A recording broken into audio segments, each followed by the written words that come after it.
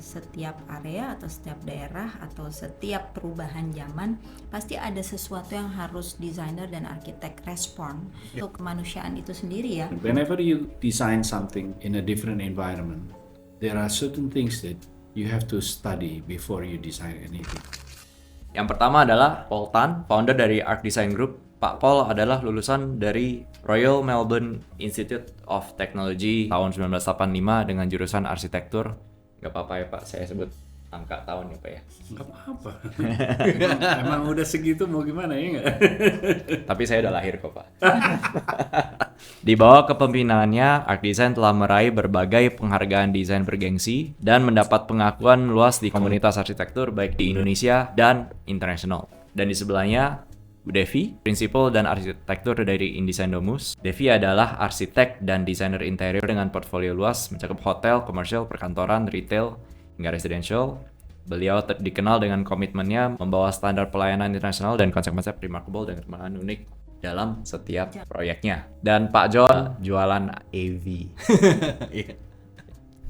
Temannya Pak Paul dan Bu Devi. Teman Pak Paul dan Bu Devi. Temen lu juga bro. Teman gue juga. Iya. We are honored to have you here. Thank you. Thank you for having us. Jadi kita ada satu sedikit ritual baru di Habitus. Kita ada pertanyaan dari salah satu guest sebelumnya. Pertanyaannya adalah dia nggak tahu guest selanjutnya siapa. Jadi ini surprise sebenarnya buat dia. Surprise. Kalau dia nonton nanti ya. Iya. Ya ini pertanyaan lu dari my previous guest. What is design to you? That's a very deep question ya. We started with the deep stuff. Karena Pak Paul adalah diver, jadi harus deep. Kalau snorkel enggak ya? Enggak. Masih di permukaan. Enggak. Jadi tahun 2009 saya menulis buku mengenai desain. Kebetulan jadi saya quote dari situ aja. Tapi memang desain itu is very dynamic ya, bisa berkembang dan bermetamorfosis ya, sesuai dengan perkembangan sejarah, perkembangan budaya, lingkungan, tantangan kehidupan. Design is very close related to life because it is trying to find solutions to our life challenges. But sometimes the solutions can be aesthetically beautiful, can be useful for humanity, like an iPhone design is very useful for humanity. Sometimes it's an art piece that's nice to look at, to appreciate from its aesthetical point of view. Sometimes it could be something to wear, like fashion. Architecture is actually very closely related to fashion because it's something that protects you from the elements, and you have to be able to be comfortable. It has to be well maintained. It has to be openable and closable. And it has to breathe with the way you move in it. It's very much like a building, but a building is static. But actually nowadays, a building becomes much more dynamic with the electronics and all that, as you know, furniture, everything becomes very dynamic and very, it moves with you, it lives. Architecture that lives. It's not just construction. So coming back to your question, design is very close to my heart, and in my 2009 book, itu judulnya On, Above, and Beyond. Jadi on the ground, above ground, and beyond. So it can actually be positioned anywhere. Sometimes nowadays bisa di bawah air, bisa di atas tanah, bisa di atas air, bisa juga di udara. So its location is depending on technology, kapan kita bisa bikin bangunan misalnya atau habitat di bawah air misalnya. Yang China dan Jepang dan lain-lain udah architects like Kenzo Tange, they have been experimenting with cities above water. Karena dari tahun 70-an itu, karena mereka nggak ada tempat kan, mereka sempit sekali kan di Jepang. Jadi they are challenged. Dan karena challenge dalam kehidupan inilah makanya desainnya berkembang. If you look at the Japanese design, it's beautiful, but it's also answering a lot of challenges yang mereka hadapi. Simplicity, efficiency, dan lain-lain. Itu challenge kehidupan itu membuat desain menjadi berkembang. Bu Devi, kalau saya boleh nanya, buat Ibu sebagai desainer yang sudah mengalami berbagai macam situasi project, mengalami demand and request dari klien ya, enakan mana atau pentingan mana, desain dulu secara estetik atau desain dulu secara function? Atau itu bisa beda-beda tergantung situasi? Iya, saya sudah mulai dari tahun berapa ya, tahun 2000 lah, saya mulai berprofesi sebagai arsitek apapun itulah ya. Jadi mulai jadi kontraktor, pernah juga jadi design and build. At that time mungkin kalau teman-teman yang pernah mengalami masa-masa dulu agak sulit menjadi profesi, menjadi pure architect consultant kayak kita sekarang ini atau interior designer sekarang ini. Jadi berjalannya waktu dari mulai dulu ketemu sama klien ini itu, terus kemudian projectnya juga berbeda-beda, dari residential, small residential it's only like 180 meter square, sampai yang besar, sampai yang commercial, sampai yang mall, hotel dan segala macam. It depends on, always it depends on their needs. Kita adalah tim yang membantu mereka to achieve their dreams actually. Tapi di balik itu kan memang kita punya apa ya, masukan, pengalaman dan lain-lain yang untuk bisa mengelevate apa yang mereka pikirkan dan malah lebih baik.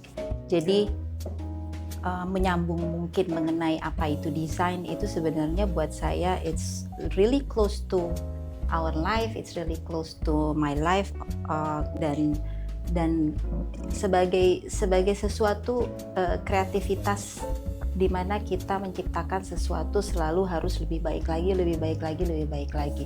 Semua yang ada, pengalaman kita ini membuat saya selalu belajar ketika menemukan sesuatu in daily life, it has to be better than a second before, year before, a day before, right? Kalau enggak, kita ngapain kita melakukan kebodohan yang sama? Harusnya seperti itu. Nah, jadi kalau balik lagi ke pertanyaan,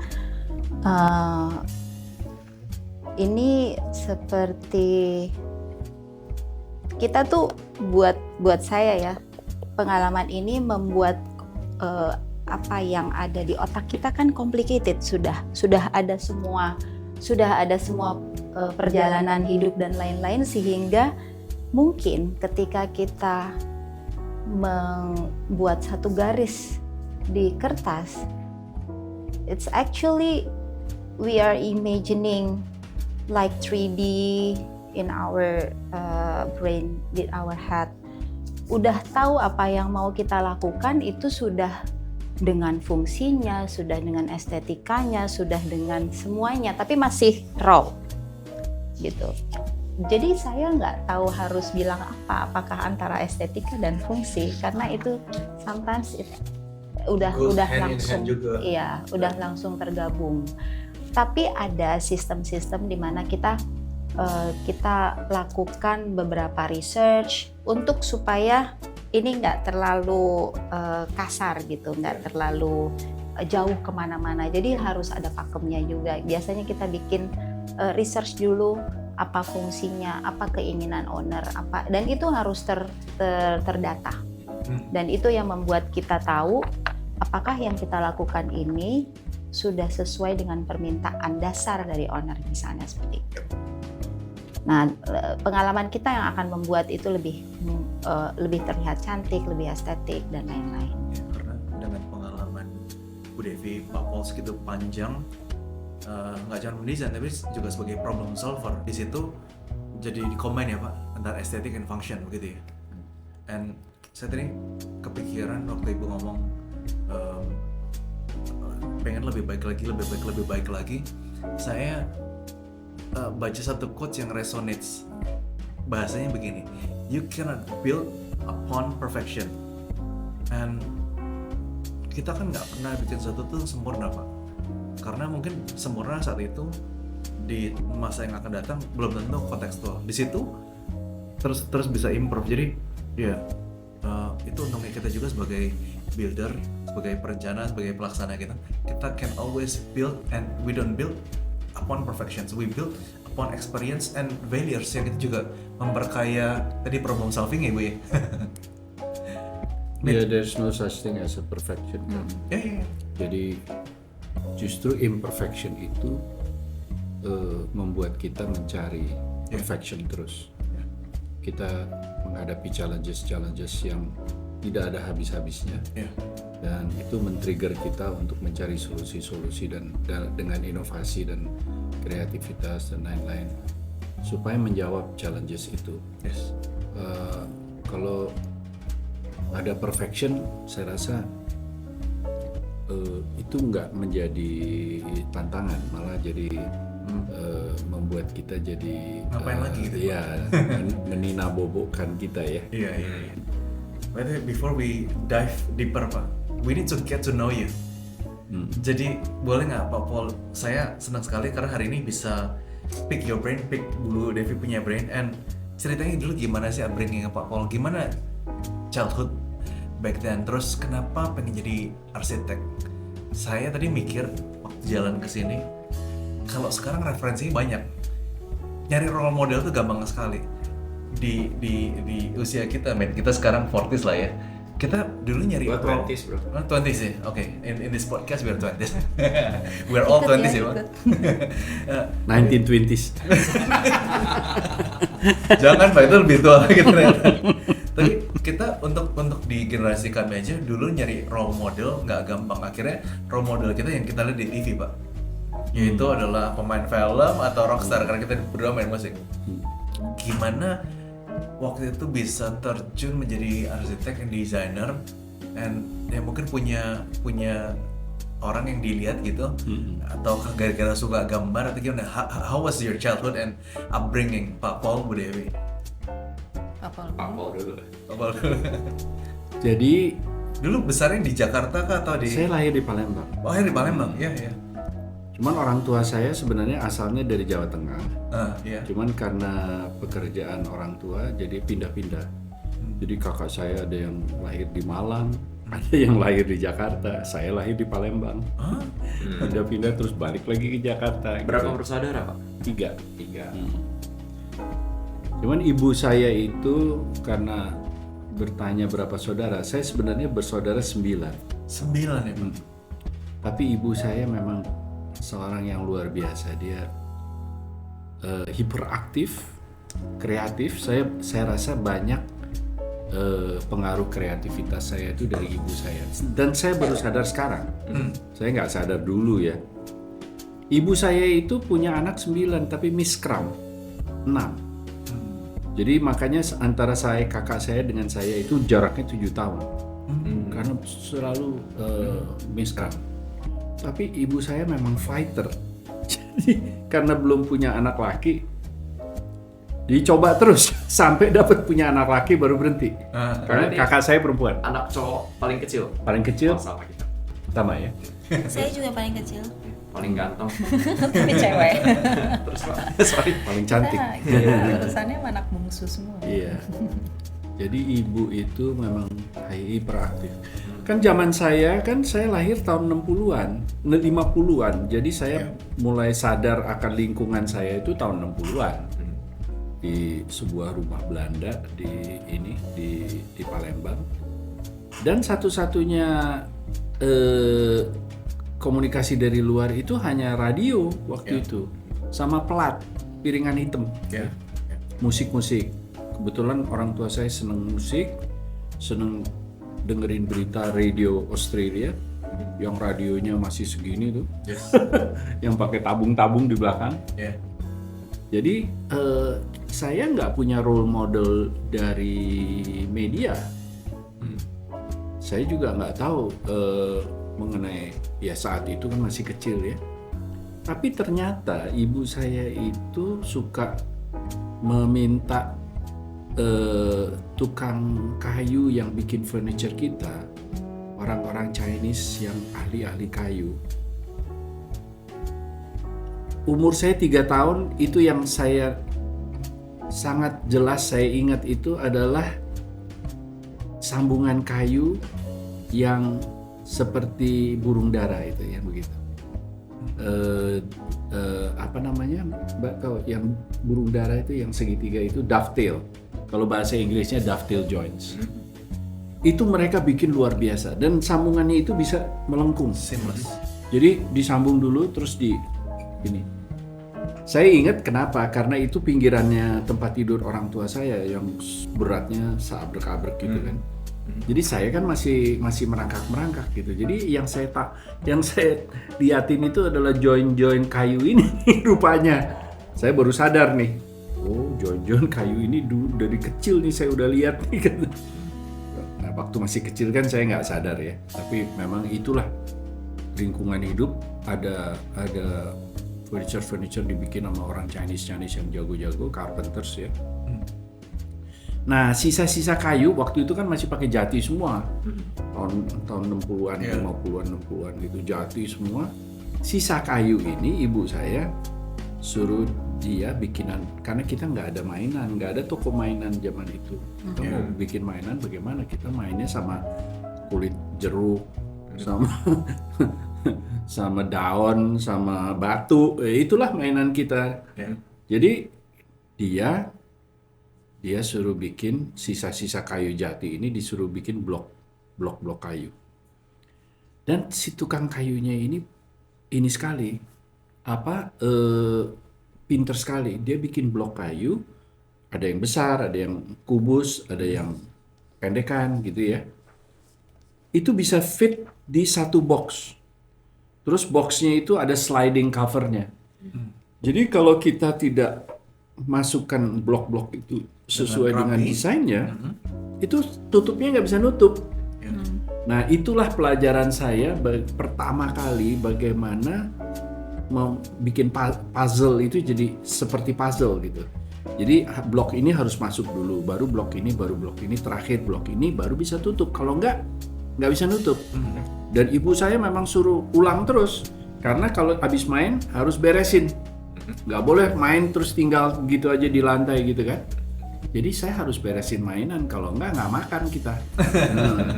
Jadi beresin mainan buru-buru kan, salah-salah lagi. Pokoknya ulang dulu sampai itu boxnya ketutup, baru makan. Jadi saya belajar bagaimana ini.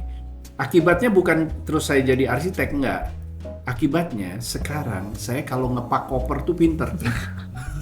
Kepake sampai sekarang ilmunya Pak, relevan. Iya, saya jadi tahu nih lobang ini cocoknya untuk sepatu nih. Kalau lobang ini untuk ini nih, untuk itu gitu. Jadi ternyata dampaknya ke situ. Space planning Pak, ya. Bentuk koper. Yes, entahlah apa planning namanya. Pokoknya bisa nyusun box gitu. Tapi kalau ngegambar Pak? Belum waktu kecil. Later years. Oh ya, jauh. Saya itu sama sekali nggak pernah mimpi jadi arsitek. Oh, ya? Jadi waktu kecil itu ternyata saya main blok-blok itu jadi bangunan, tapi jadi bangunan, main kota-kotaan. Apakah dulu zaman itu di Palembang udah banyak bangunan yang jadi landmark kah atau? Nggak ada sama sekali. Landmarknya itu danau, pohon gede. Itu tahun 60-an tuh begitu. Was life good? Huh? I remember when I was in primary school, we already had problems with pollution. Pollution, because kebakaran hutan. Itu bisa nggak? Kita kan kalau ke sekolah jalan kaki. Itu sampai mata perih, sampai nggak bisa lihat lebih dari 10 meter. Itu dari kecil saya udah ngalamin pollution. Dan itu udah di zaman Tahun 60-an. Orba. Belum. 65 kan baru G30S. Yes. So I was born, I think your father-in-law probably can appreciate. Where was he brought up? Born in 40. Tapi di kota mana? Surabaya. Surabaya. Ya. Surabaya, Pak. Jadi Palembang ini benar-benar bukan di Jawa kan, jadi betul-betul terbelakang nih kota. Tapi dia ada apa namanya, pengaruh dari Belanda kuat karena ada minyak. Oh, sih.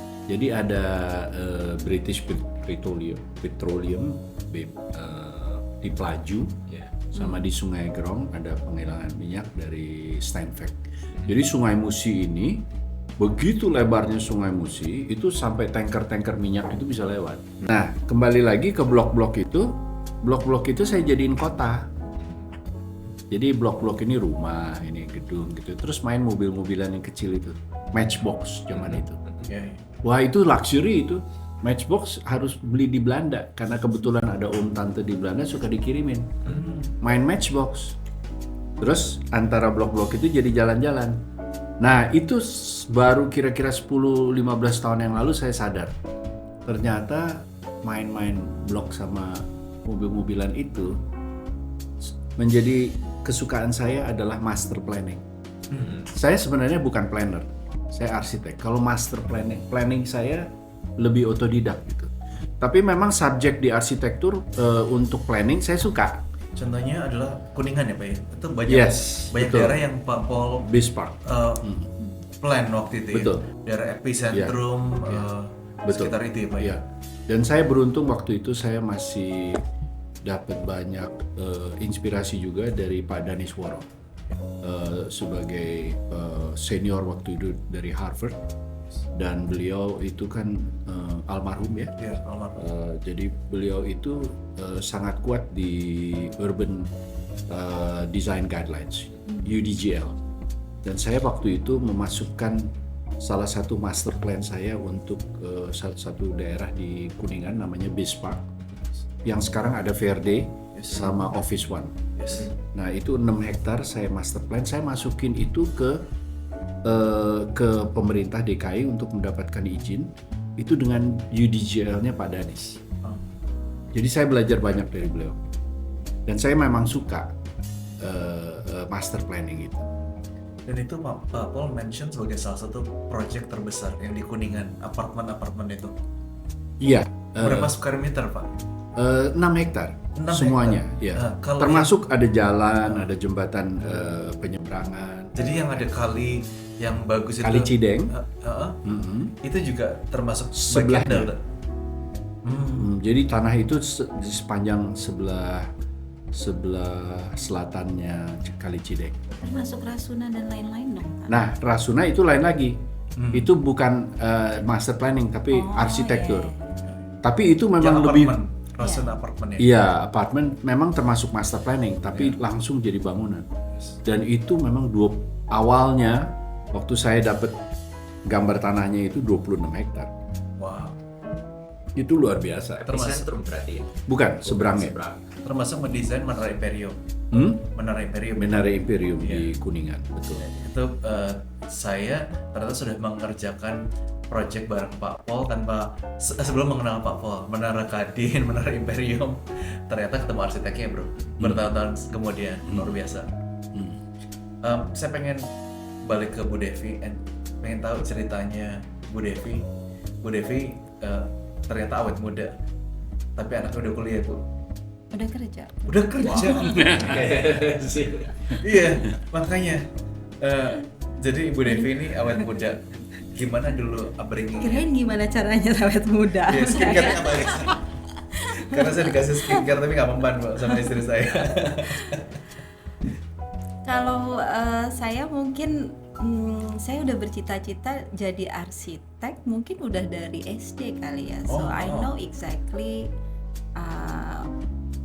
saya kalau nggak jadi arsitek I would probably just like it's not just I would probably housewife aja Jadi saya ngerasa kayak saya nggak bisa ngelakuin yang lain selain dunia ini. Desain gitu. Tapi dari mana datangnya influence dari mana? Nah itu saya juga bingung. Bapak ibu saya kan dokter. Oh, dokter dulu. Kakak saya, abang saya nggak ada satupun yang bisa, nggak ada satupun yang punya jiwa seni atau apa untuk menggambar just even one ini gitu ya, sketsa gitu. Jadi saya lucunya nih, ibu saya tuh selalu ngomong nih sampai detik ini tuh pun selalu cerita bahwa kalau udah bawa Devi datang ke rumah orang itu malu-maluin. Kenapa pakai penata-rata? Karena gini, ini jangankan ke rumah temennya ya, ini ke toko aja. Kalau dulu kan bukan mall.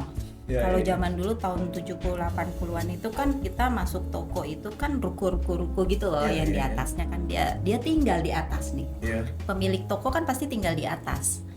Jadi saya tahu nih orangnya kan tinggal di atas gitu. Dulu saya lahir dan besar di Medan kan. Sama. Oh, saya orang tua asli Medan. Oh gitu. Saya lahir di Medan tahun 77. Nah, kalau masuk tuh ibu saya udah gini, nih anak pasti mau minta ke toilet. Terus pokoknya mama mau pi gitu kan, mau minta ke toilet. Kenapa? Sebenarnya saya I didn't do anything. Kalau saya pikiran saya nih, kalau ke toilet, so I can go inside untuk lihat-lihat. Jadi saya pengen tahu. Jadi saya apalagi kalau toiletnya di belakang atau di atas gitu ya, itu saya lebih senang lagi. Saya jadi bisa lihat, oh dia nata ininya gini ya. Nggak tahu ya, ini mungkin akal-akalannya anak kecil. Tapi kalau saya udah curious banget, kalau di depan doang, toko doang kan gitu aja ya. Kalau bisa masuk ke dalam, oh dia ada kamar ya di situ. Bukan kepo yang gimana, cuman Rasa ingin tahu anak-anak loh. Pengen Iya. tahu, pengen explore gitu ya, Bu ya. explore gitu. Tapi explore-nya kenapa explore rumah gitu kan? Terus udah gitu sampai saya ingat waktu SD ada teman ibu saya dokter, salah satu dokter yang sangat terkenal di Medan, dokter anak. Terus rumahnya tuh bagus banget. Terus rumah anaknya itu ada camouflage door, dari kamar ke kamar mandinya ada camouflage door. Iya. I was like, wow, Iya, this is lucu banget itu. Karena dia masuk ke Nggak dalam kamar bathroom, waktu itu. nggak Biasanya kan kamar. selalu ada handle Tahun pintu. 80-an Iya, dia iya. udah bikin lemari kanan kiri, di tengahnya kayak lemari, terus masuk ternyata bathroom gitu. Jadi wah ini nih creating something that it's a wow effect gitu kan. Iya. Nah terus udah gitu saya tanya sama papa saya dokter polisi.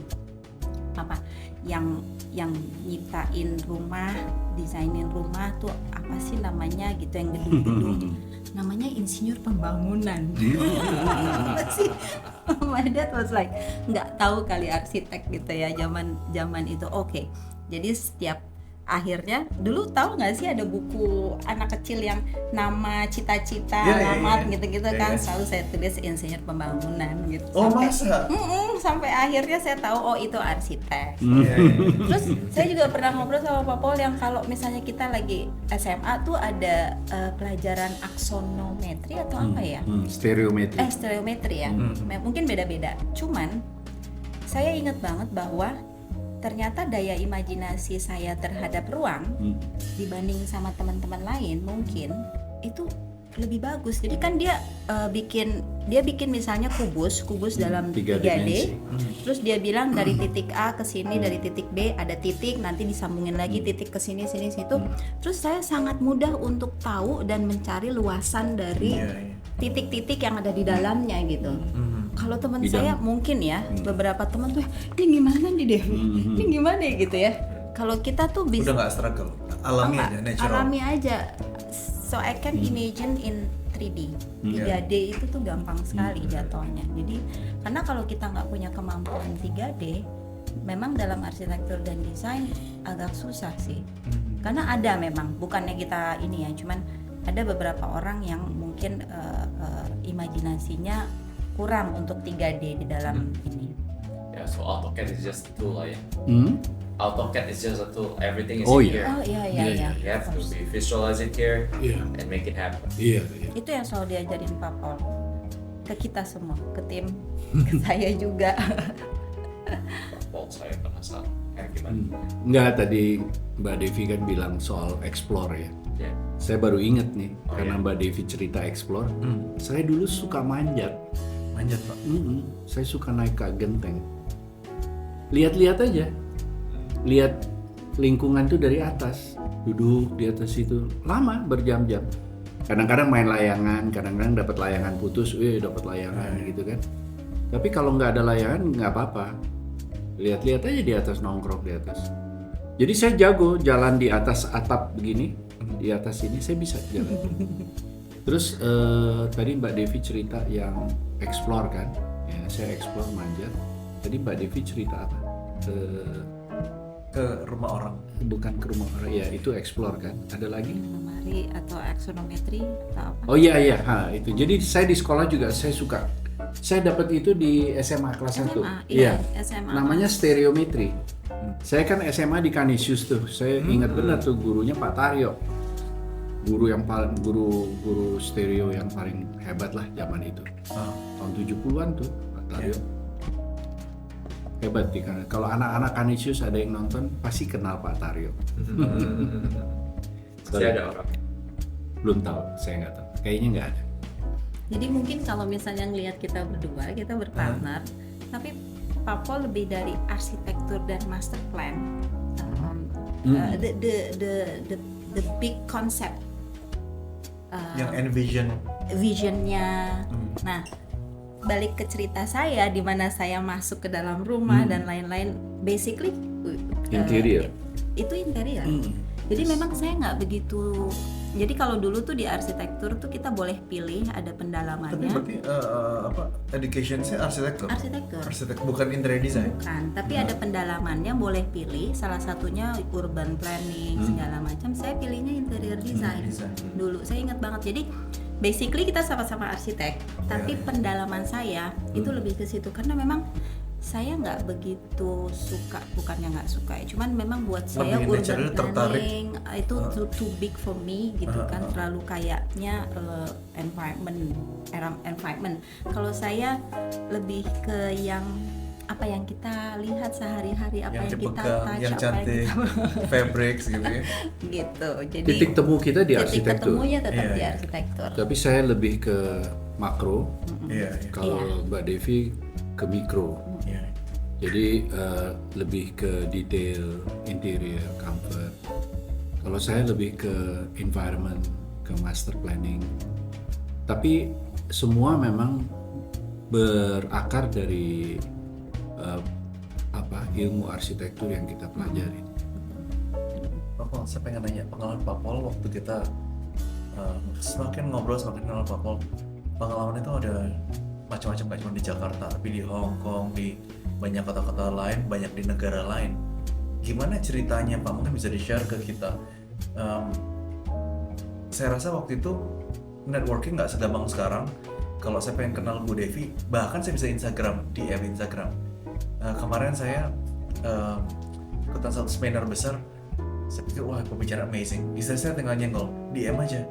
Enggak mau DM. Tapi sesimpel itu punya akses. Zaman dulu networking is not that simple, access is not that simple. It's a privilege or luck, pure luck gitu. Nah, gimana Pak Paul ceritanya bisa melanglang ke macam-macam negara, bikin company di Hong Kong? Ceritanya gimana Pak? Ceritanya dari kegagalan. Justru dari failure. Oh, Jadi saya itu SMA itu nggak pernah naik kelas saya. serius, oke. Saya parah deh pokoknya. Jadi tadi Parahnya karena malas belajar atau karena bandel Pak? Atau pacaran mulu jangan-jangan Pak Paul? Nah, itu dua Karena dan berkarisma. jadi Berkarisma tadi banget. Mbak Devi Dua dan cerita. tiga. Mbak Devi kan cerita dia suka cari-cari ke dalam. Kalau saya cari-cari di sekitar tetangga, teman sekolah gitu. Iya. Banyak sekali hobi saya. Seperti saya bilang, saya naik genteng itu. Saya itu pengen lihat sebetulnya di lingkungan saya ada apa. I'm just not happy just knowing my home gitu. Yes. Saya pengen tahu selalu sampai sekarang. Kalau kita mau cari kantor, tempat kantor aja, saya harus lihat kelilingnya. Saya harus lihat jalan di belakang di mana. Jalan tetangga kita siapa. Sama waktu saya cari rumah untuk anak saya juga begitu. Saya cek tetangganya siapa. Ini kalau hujan banjir nggak, kalau ini dan seterusnya. I'm very environmentally itu I'm very sensitive gitu. Jadi saya suka ngelihat itu, tapi jadi saya kebanyakan hobi dan teman saya memang banyak. Dan dari SMP. Yes. Sampai saya SMP itu hampir nggak lulus. Akhirnya saya lulus tapi dapat SMA-nya jelek banget. Di Jakarta. Saya nggak usah sebut lah ya namanya ya. Nah, bukannya Kanisius, Pak? Belum. Oh, belum. Saya masuk SMA jelek dulu. Oh, oke. Di SMA jelek ini ketemu teman-teman lagi. Waduh, makin rame. Iya. Saya nggak pernah sekolah saya. Main terus, Pak. Main. Ke Bandung, naik bus ke Bandung, ke ini. Pokoknya saya memang jiwanya mungkin restless ya. Avanturir juga, Pak. Nggak avanturir, restless aja. Pingin lihat, oh Bandung, ayo ke Tangkuban Perahu. Ayo daki. Saya daki Tangkuban Perahu Gunung Gede itu pertama waktu kelas 1 SMA. Wow. Tidur di kandang badak segala macam. Itu pokoknya saya udah tahu tuh jalur-jalur lewat apa tuh namanya yang di puncak itu, yang ada air terjunnya. Anyway, restless saya. I cannot concentrate di buku, di kelas, di apa. I just don't have the concentration. 5 menit itu udah hebat. Habis itu saya udah mikir yang lain-lain. Ini makan siang di mana nih? Makan tukang baksonya kayaknya lagi asik nih. Kayak gitu-gitu. Jadi, tapi teman-teman saya yang nakal-nakal itu, mereka pinter-pinter jadi ketua kelas, naik kelas. Saya aja yang nggak naik. Udah gitu, saya kena ini lagi sakit kuning. Saya kena sakit kuning, masuk ke rumah sakit 3 bulan. Yang nggak bisa saya. Jadi kelas 1 SMA saya udah nggak naik. Kan saya tadi cerita mengenai ibu saya tuh. Ibu saya kan pejuang lah istilahnya ya. Really pejuang. Nggak tahu dia nangis atau dia merengek-rengek sama Pastor Jürgen. Pastor Jürgen itu kepala sekolah Kanisius. Jadi dari SMA jelek, saya bisa masuk Kanisius. Coba bayangin, itu perjuangan ibu saya tuh. Wow. Nah, di Kanisius ketemu lagi teman-teman baru. Jadi makanya saya banyak teman. Iya. Anak kelas 1, kan saya sebenarnya mestinya kelas 2. Iya. Saya ngulang. Jadi saya udah lebih tua nih dari anak kelas 1-nya Kanisius. Jadi saya mainnya sama anak kelas 2. Tapi saya kelas 1. Oke, jadi punya teman di kelas 1 dan kelas 2, Pak? Persis. Wah, udah nggak sekolah lagi saya. Udah pokoknya abis makan siang, teng. Kita udah jalan kemana. Padahal Kanisius strict dan Iya, strict. Nah, strictnya kuartal kedua, saya ingat banget tuh tahun 71. Karena saya nggak naik lagi. Jadi saya masuk Kanisius. Pater Jürgen itu, kepala sekolahnya orang Belanda, masih pakai jubah putih gitu. Udah tulis pakai merah. Anak ini sebaiknya keluar saja, karena tidak mungkin kuartal ketiga lulus. Ibu saya nangis dong lihat gitu. Kacau, ibu saya udah patah hati dan putus asa kayaknya itu. Karena dia yang berjuang kan. Iya. Dan saya memang benar-benar nggak bisa. Jumat itu jam 7 udah diklaksonin di depan rumah. Tet. Anak-anak nunggu. Udah mau jalan. Jadi saya tinggal tunggu orang tua saya masuk kamar sebentar, hilang saya. Kabur. Nah, pulangnya Sabtu pagi. Sabtu pagi sebelum orang tua saya bangun, saya udah masuk kamar. Bangunnya jam 2 siang. Gimana bisa belajar coba? Tiap pekan begitu. Dan saya karena begadang terus, saya jadi kurus. Mungkin gara-gara itu saya nggak gemuk-gemuk nih sekarang. Anyway, That's a diet plan. jadi dari SMA tuh udah hobinya terlalu banyak. Saya nggak bisa konsentrasi. Akhirnya ibu saya buang saya ke luar negeri kan. Tadi pertanyaannya, Keluar negeri kenapa itu dibuang, ya? saya dibuang? Mau dibuang ke Australia, nggak diterima karena belum lulus SMA. Waktu itu ada peraturan harus lulus SMA dulu. Dibuanglah ke Malaysia. Malaysia masuk asrama di Kuala Lumpur, di Pantai Baru, dekat University of Malaya. Ya. Wah, masih kosong Kuala Lumpur, masih nggak ada gedung bertingkat dulu. Kuala Lumpur masih kampung dulu, tahun 70-an kan. Kita dari Jakarta lain dong, 72 udah ada disco, ada segala macam. Kuala Lumpur masih ketinggalan zaman dulu. Ketemu nih anak-anak di asrama dari segala macam latar belakang, India, ada bule, ada Tapi itu international Chinese, juga? international. Iya, karena Karena itu sekolah Australia sebetulnya. Cuman sekolah Australia cabang Kuala Lumpur. Anyway, di situ main lagi. Jadi saya tapi berhasil lah naik kelas. Jadi akhirnya saya naiklah ke tingkat ke kelas 2 SMA. Jadi 3 tahun tuh, dari kelas 1 sampai kelas 2 3 tahun udah. Nah, habis itu saya dibuang lagi ke Australia. RMIT sekarang. Hmm? Ini yang RMIT. Belum, masih Belum. SMA. SMA. SMA. Oh, karena apa? Kan udah naik kelas nih Pak di KL. Iya, tapi kan baru kelas 2. Oh, oke. Nah, kebetulan peraturan berubah. Jadi saya boleh masuk ke Australia. Kan tujuan awalnya masuk ke Australia. soalnya. Bukan ke Dan Malaysia. ini juga udah di Australian School yang di KL. Jadi Iya, lebih jadi nyaman. gampang. Lebih nyaman. Jadi apa namanya, hasilnya itu disamakan lah. Iya, iya. Masuk 2 SMA. Umur udah 18. Oh, 2 SMA. Nah, di asrama di Australia itu kayak penjara. Begitu. Wah, itu setengah mati saya. Tapi ya blessing in disguise. Karena saya kan dari SMP udah bebas gitu ya di Iya. Jakarta ya. Masuk ke penjara gitu, terus ngadepin anak-anak kecil lagi. Teman-teman yang sekelas saya kan umur 16 baru bule-bule kan cepet ininya naik kelasnya. Jadi saya paling tua di situ. Waduh, saya makin stres. Saya bilang ini kalau saya nggak belajar, saya nggak akan keluar nih dan nggak akan selesai nih SMA. Saya nggak akan jadi apa-apa. Karena baru kelas 2 SMA, udah 18. Jadi saya setengah mati di situ saya belajar. itu turning points. Turning point. Karena saya mau keluar dari penjara itu. Bukan karena saya mau jadi orang. Pokoknya saya nggak tahan aja di situ. Dan benar, waktu kelas 3 SMA, habis ujian saya langsung lari dari SMA itu. Buntutnya, saya dikeluarin dari asrama. Oh, Tapi karena setelah ujian, udah lulus. udah lulus. Iya. Jadi saya nggak peduli lagi nih asrama mau keluarin kan, enggak kayak. Saya kabur lagi. Saya kabur sama teman-teman anak Indonesia ke Sydney. Naik mobil teman saya, naik VW Kodok. Oh, Ayo ke Sydney yuk. Ayo, saya bilang, siapa takut ya? iya. Ke Sydney malam itu. Ketahuan sama ketua asrama saya. Drivingnya Masuknya kan abis makan malam, saya ngambil pakaian dulu dong. Masuk ke asrama lewat jendela dapur. Pas ketua asramanya di jendela di dapur lagi. Ketahuan, "Hey Paul, where are you going?"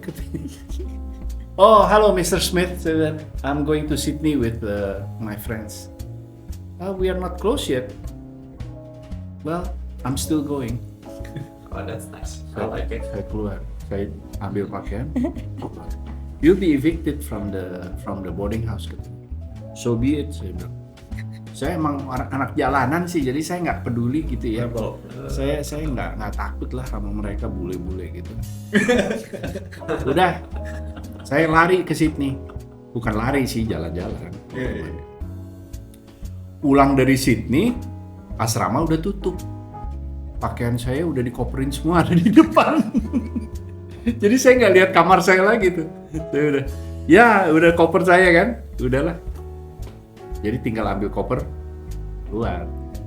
Nah, disitulah saya lulus SMA. Nah, karena saya nggak pinter, jadi saya itu kalau di sana kan bisa mata pelajarannya bisa mix, bisa ambil dari IPA sama IPS ya, apa? Sosial ya. Nah, ya, jadi bisa dua-duanya nih. Mata pelajaran saya SMA lucu. Saya ambil matematik, saya ambil fisika, saya ambil sejarah, saya ambil bahasa, sambil saya ambil seni rupa. Jadi gabungan nih. Nah, di situ saya baru tahu.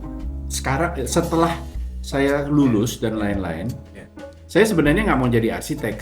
Aplikasi saya pertama ke sekolah seni rupa di Melbourne, National Victorian School of Arts. Itu sekolah seni rupa yang paling bagus di sana. Dan saya memang di SMA itu udah masuk kelas seni rupa kan, jadi lukisan saya banyak. Jadi saya masukin tuh. Sampai sekarang masih ngelukisin nggak tapi Pak? Jarang. jarang. Tapi masih ada Keep your karya-karya. records, archive, kisah. Ada Oh, wow. foto-fotonya. Masih ada beberapa lukisan dulu gantung di kantor kita. Saya dapat A memang, seni rupa saya tinggi. Saya senang soalnya, bebas. Kalau belajar matematika kan nggak bebas, mesti ngapalin rumus ini. Kalau seni bebas. Seneng saya, yang bebas-bebas seneng saya. Makanya saya seneng jazz. Iya. Saya seneng jazz dari waktu SMA di Melbourne. Saya mulai menggeluti jazz di situ. Jadi saya nggak diterima di sekolah seni rupa itu. Akhirnya? Ya, saya bilang akhirnya ya udahlah, saya jadi arsitek aja. Tapi Pak, pertanyaan saya, kalau jadi arsitek kan ya udah berhasil, proyeknya luar biasa, jadi landmark semuanya di Jakarta. Tapi kalau misalnya waktu itu ternyata keterima di jurusan seni rupa, do you think you're as successful as you are today? I don't know, cannot answer that. Bapak saya udah marah-marah. Mau Tapi cari pernah mau bayang-bayangin? jadi pelukis, mau cari makan bagaimana? Waktu itu Pak ya? Saya laki-laki satu-satunya lagi kan. Ah, Jadi dia anggap ya laki-laki harus bisa cari punya mata pencaharian yang solid dong. iya. Kan kakak-kakak saya juga jadi, padahal mereka perempuan. Kalau untuk generasi lama itu kan yang penting laki-laki yang jadi. Kalau sekarang kan enggak. Iya. Karena ada jokesnya Pak. Apa bedanya satu box pizza sama pelukis? Tanya Pak. Pernah dengar nggak Pak Paul? Jadi satu box pizza bisa ngasih makan 4 orang, pelukis nggak bisa. Iya. Waduh, itu pas dengar itu, saya suka ngegambar dulu, tapi wah kayaknya tough. Waktu saya diantarin mama di Kuala Lumpur juga, saya ngelihat anak-anak itu portfolio luar biasa, semuanya kayak apa hyper realistic, sedangkan saya gambarnya ya ampun melenceng udah, saya nggak jadi pelukis deh. Bicara soal highlight project, ternyata sempat beririsan berapa kali di Menara Kadin, di Menara Imperium, dan Pak Paul yang mendesain Central Park. Itu salah satu project yang menarik ya Pak Paul ya, karena waktu itu beririsan juga dengan developer yang punya visi berbeda dengan perencanaan. Apa sih Pak perbedaan sebagai perencana saja, tapi sebelum menggabungkan visinya developer ya, yang punya visi bisnis juga gitu, dan memang sah-sah aja gitu, karena kan space itu harus serve the function as business atau profit center. Nah, boleh share nggak Pak waktu itu ceritanya di Central Park? Central Park itu sebetulnya master plan-nya waktu itu dikerjakan oleh arsitek lain dari Singapura. Master plan konsepnya. Kami masuk pada pertengahan konsep desain dan kami yang menjadi arsiteknya. Kompleks yang besar itu kan ada 5 menara itu, dan tanahnya tuh hampir 9 hektar. Jadi waktu saya menangani Taman Rasuna di tahun 1993 yang 26 hektar itu apartemen, ada konsep pertama itu ada 26 tower malah. 26 tower. Wow. Tapi akhirnya karena ada requirement dari Pemda untuk fasilitas sosial dan umum, Fasos, Ya. makanya akhirnya jadi cuman 20 hektar. Terus cuman waktu saya desain yang akhirnya dibangun itu kalau nggak salah cuma 17 tower. Jadi berkurang kira-kira 9 tower. 17 tower ini termasuk di mallnya, hotel, Pullman. Oh enggak, ini yang Rasuna. Ini Taman Sorry, ini Rasuna. Rasuna. Ya. Jadi saya pikir Taman Rasuna itu udah tahun 93 itu udah proyek terbesar yang akan saya tangani. Hubungannya dengan Central Park adalah Central Park ternyata 2 kali lebih besar daripada Taman Rasuna. Jadi memang betul-betul proyek itu besar sekali bagi saya dan saya menikmati sekali karena kliennya itu kenal dekat dengan saya, project directornya juga, dan mereka mengapresiasi input saya untuk Central Park karena saya punya perspektif beda dengan arsitek dari Singapura ya. Saya punya perspektif tertentu yang mereka memang sebenarnya harus tahu. Kalau setiap arsitek harus tahu lah, kalau kita mendesain di satu kota, dia harus tahu kotanya dulu. Tidak bisa datang tiba-tiba seperti kapal alien datang diceplokin di tanah di Jakarta. Very simple issues like di sini kebiasaan orang turun dari mobil langsung di depan pintu masuk. Dimana di Singapura tidak. Singapura lebih public transportation and pedestrian oriented. Indonesia terutama tahun 2010 ke bawah itu nggak ada pedestrian orientation atau public transport. Jadi it's totally different. Whenever you design something in a different environment, there are certain things that you have to study before you design anything. It doesn't work in every context. Makanya saya suka environment kan, tadi saya bilang. So every project to me has to respond to certain contextual issues yang kita harus meresponi, kita harus cari solusinya. Misalnya dulu waktu kita ngedesain, saya menjadi arsiteknya Gandaria City. Ya. Itu bagaimana puluhan ribu karyawan pulang setiap malam. Yang jemput naik motor, ada yang naik bus, ada yang ini. Di mana mereka nunggu? Kalau hujan, itu ribuan loh setiap malam yang karyawan itu. Itu kadang-kadang nggak dipikirin sama arsitek luar negeri. Jadi arsitek luar negeri ini anggap ya karyawan pulang aja.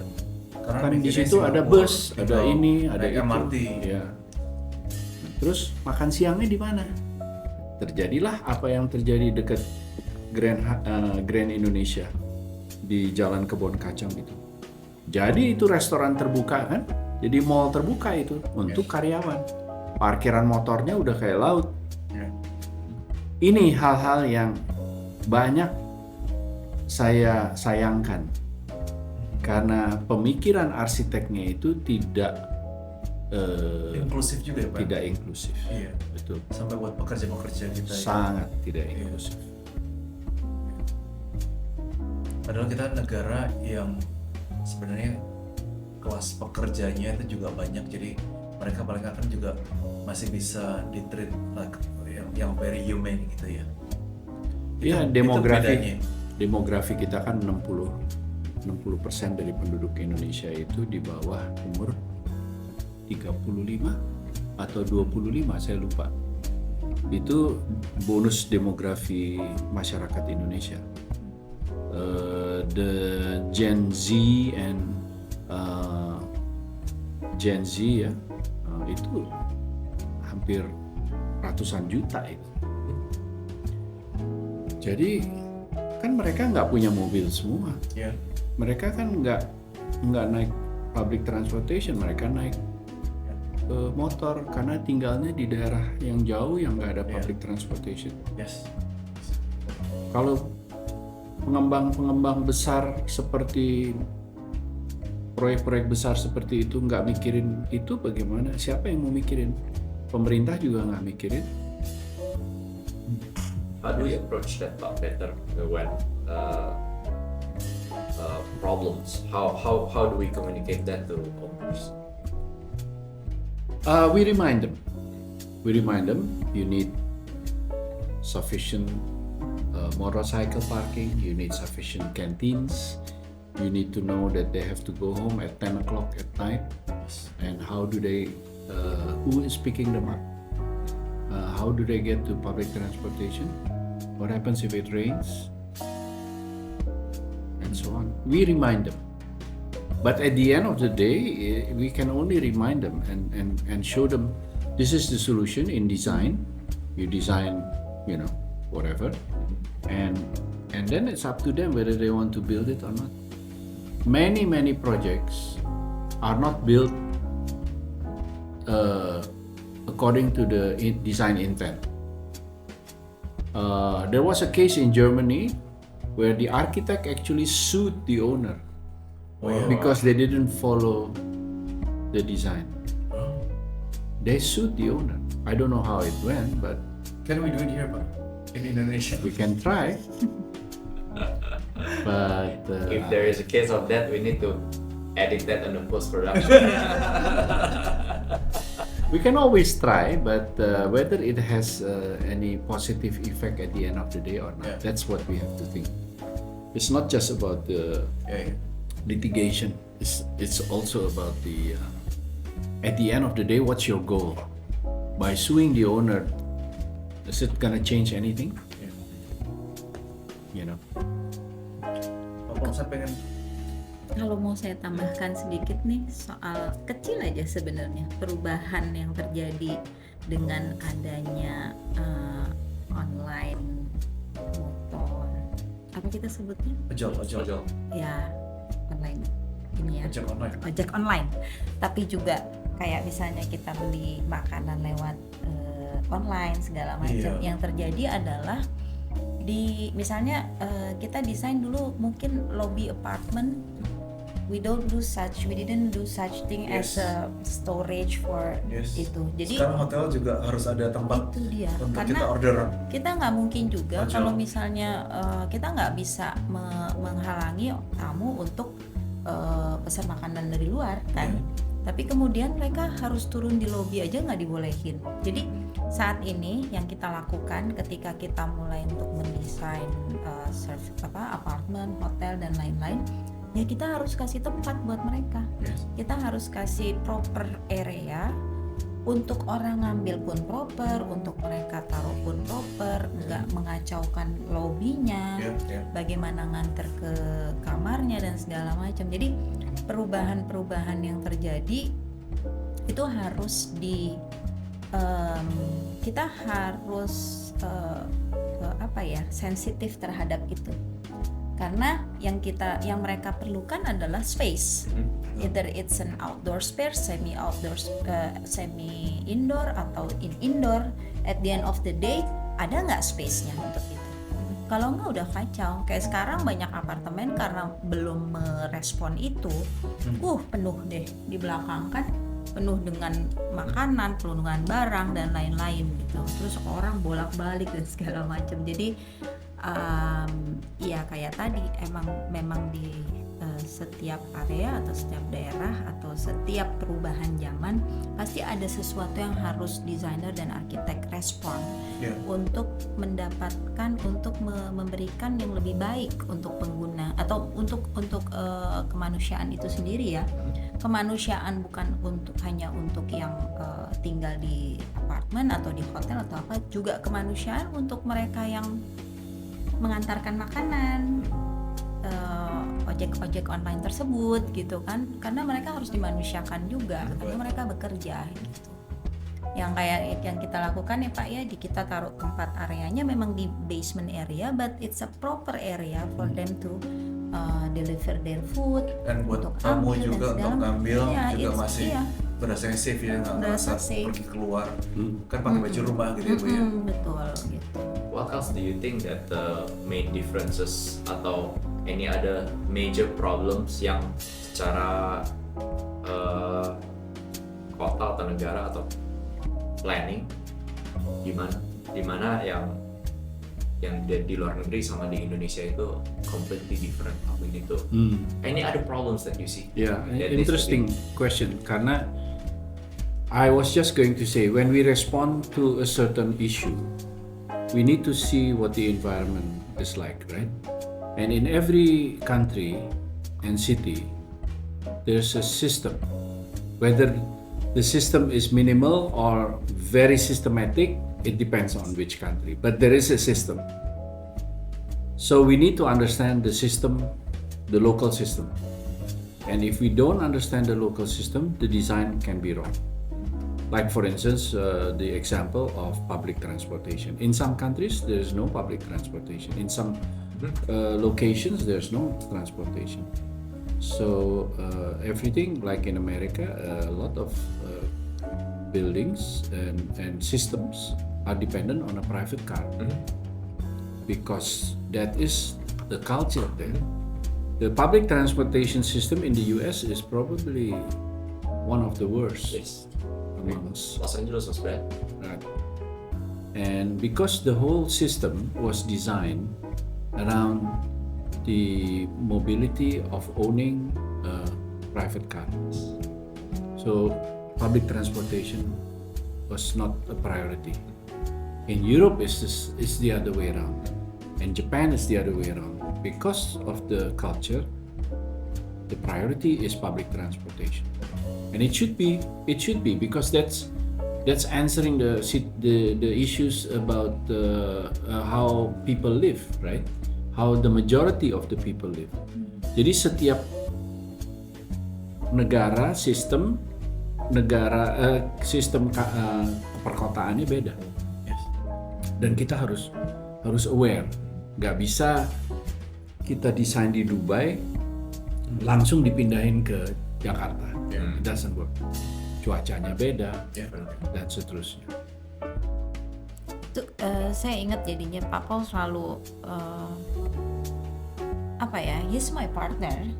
I know, but he's also my teacher ya. Jadi dia selalu mengajarkan gini, desain itu harus kontekstual.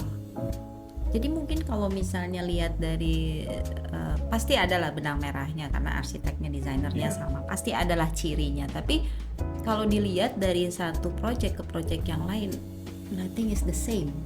Karena selalu pindah tempat aja kita beda. Karena merespon dari environment-nya, merespon dari cuacanya, merespon dari semua segala macam. Bahkan pertama kali yang kita lihat biasanya ada SWOT analysis dan lain-lain adalah cahaya matahari. That's the most important thing I think for terutama bangunan, untuk interior dan bangunan. Jadi begitu dia menghadap, misalnya aja menurut saya nih berbedanya gitu ya, dalam satu cluster pun mungkin kalau misalnya yang satu ngadep ke sini, ngadep timur sama satu ngadep barat, that's totally different facade that we can design. Karena kan memang harus merespon, kasihan dong ya, Panasnya juga beda. Panasnya beda segala macam. Jadi kalau kita mulai dengan satu project, research kita lumayan banyak. Karena kita harus benar-benar tahu areanya, benar-benar tahu semuanya, lingkungan sekitar dan pola hidup orangnya dan segala macam, supaya, dan itulah yang membentuk karakter bangunan tersebut, karakter dari luar, dalam dan segala macam itu pasti terbentuk berbeda dengan project yang lainnya. Jadi memang kalau ngelihat portfolionya Ark mungkin nggak ada yang sama dari dari atas sampai bawah tuh nggak ada yang sama. Ada benang merahnya, arsiteknya sama gitu kan, pasti ada. Cuman itu responnya dari lingkungan sebenarnya, selalu kontekstual. Makanya saya sebetulnya nyambung dari yang dulu hobinya banyak. Saya di area arsitektur juga saya suka beberapa hal. Apa aja Pak? Jadi pertama interior design itu saya sukain sekali. Saya dulu waktu masih belajar arsitektur ada subjek-subjek yang saya ambil untuk melengkapi itunya. Saya ambil dari interior design. Jadi ada yang misalnya melukis bentuk, kemudian membuat furniture. Saya masuk ke bengkel, bikin furniture. Jadi saya memang suka interior design karena menurut saya arsitektur itu nggak bisa lepas dari interior design. Itu pengalaman manusia tinggal di satu tempat itu dari luar ke dalam. Dan begitu juga landscape. Saya suka landscape.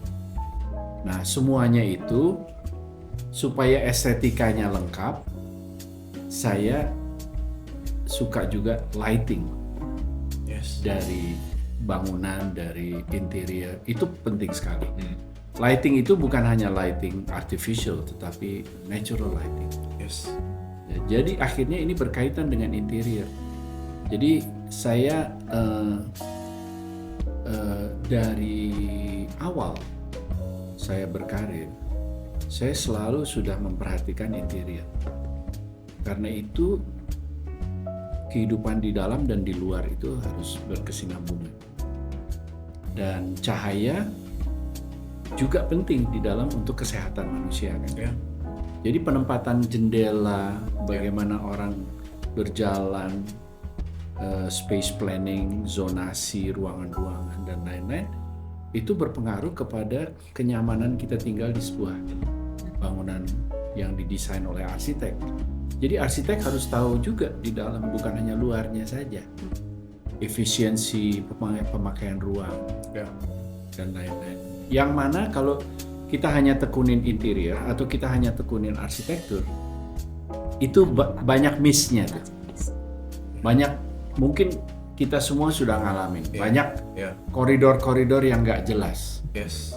Banyak jendela-jendela kok akhirnya kok nggak kepake gitu. Terus kolom yang nggak di hide properly, Pak. Exactly. Kadang-kadang kalau kita bikin yang high end atau bahkan yang ultra premium, masih ngeliat itu tuh Betul. rasanya jadi basic mistake gitu, Betul, Pak. Pak Paul, saya pengen nanya,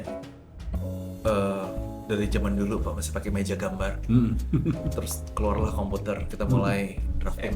itu baru. Kalau gitu lo aja. Ya lo aja. Kita udah hati-hati lah. Jadi ya saya ngeliat tuh, karena di event di kami, saya ngalamin waktu itu benar nggak ada kerjaan ya, dengerin radio, nungguin lagu yang kita suka dari radio ya waktu itu Bu ya. Terus ngerekam dari radio. Ngerekam pakai kaset. Pakai Ya, kaset. itu kita sih gitu. Jual di sekolah. Ya, mixtape. Aiwa. Ya, ayo. Jadi saya masih ngeliat tuh, sebenarnya saya pengen jadi arsitek Pak Paul, karena tetangga saya papanya keren sekali ngegambar pakai meja itu. Sayangnya saya tinggal di kota kecil yang nggak ngerti tuh arahnya kemana gitu. Jadi memang enaknya sekarang informasi banyak. Waktu itu tuh mau belajar kayak gitu tuh bingung kan. Nah, Pak Paul melihat pergerakan zaman antara meja arsitek, terus bisa drafting pakai CAD, terus kemudian era berikutnya bisa searching di Google, yang dulu harus buka ensiklopedia Pak. Terus ada ensiklopedia digital. Anak saya udah nggak ngerti, anak taunya Google doang gitu. Terus sekarang ada AI baru-baru ini 3-4 tahun belakangan. Menurut Pak Paul, apa pengaruh yang baik dari dan milestone-nya itu gimana sih Pak? Bagi saya sebenarnya semua itu adalah alat, Alat ya Pak? Tools. ya. Dari meja gambar, penggaris, yang namanya T-square zaman dulu, ya, itu alat. Sampai AI juga alat. Jadi tergantung dari kita bagaimana kita belajar untuk menggunakan alat ini semaksimal mungkin untuk kepentingan apa yang kita mau kerjakan. Jadi sama seperti zaman dulu orang menciptakan pisau kan. Iya. Pisau itu kan banyak sekali ininya kegunaannya. Sekarang misalnya kita mau pakai pisau itu untuk operasi orang, atau untuk motong makanan, atau untuk senjata, ya kan?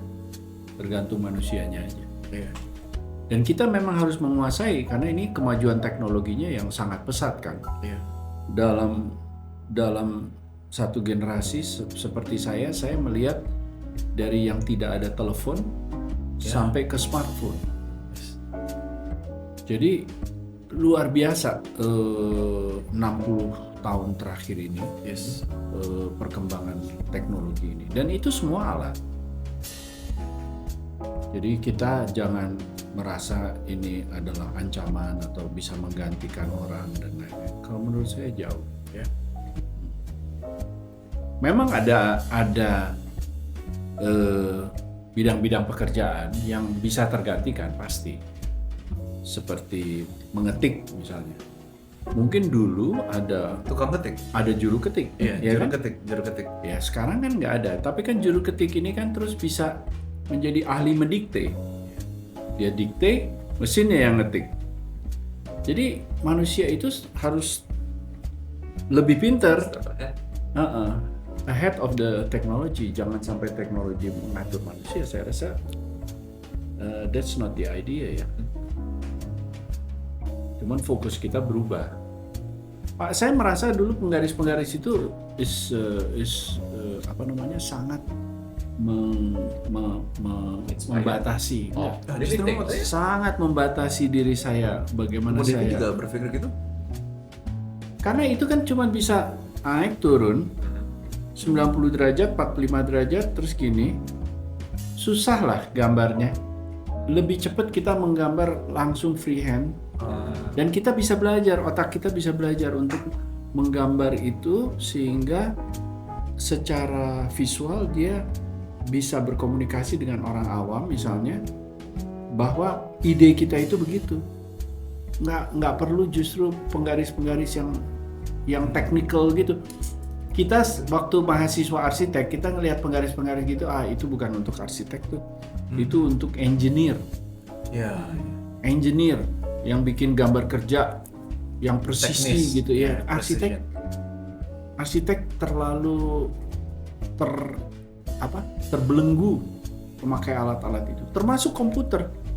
Saya waktu tahun 84 pertama kali saya melihat CAD, namanya dulu belum CAD, namanya Intergraph. Sekarang udah masuk museum itu mesinnya Intergraph, tapi masih ada loh. Kalau di Google masih ada. Itu komputernya, monitornya segede gini, 2. Keyboardnya 2. Diperagakan di kantor saya di Melbourne waktu itu. DCM, saya kerja di DCM dulu di Melbourne. Saya lihat, ini kita kedatangan komputer hanya untuk menggambar. Itu heboh dan semua karyawan datang untuk melihat komputer. Duduklah si ahlinya ini di meja. Oke, saya akan peragakan bagaimana membuat garis. Tik, tok, tik, tik, tok. Timbul satu titik situ. Tik, tok, tik, tok. Saya berdiri di belakang. Saya kan orangnya nggak sabar karena saya kan banyak hobi, ya kan? Ya, jadi saya 10 menit saya tungguin. Jadi satu garis krek. Saya bilang, gila ini. Saya tinggal nggak tertarik saya. Sampai detik ini saya nggak bisa mengoperasikan CAD. Saya bilang saya akan pakai mesin kalau memang mesin itu lebih cepat dari saya dan lebih responsif dan bisa menangkap keinginan saya, iya kan? Ya, kan tools. Nah itu tahun 1984 kan? Saya baru ketemu tool yang memang betul-betul bisa membuat arsitek itu bekerja tahun 2022 mungkin, 23. Nah, jadi berapa tahun tuh? Berapa puluh tahun teknologi baru catch up dengan kemampuan manusia menggambar. Yaitu Morpholio dengan pensilnya Apple Pencil.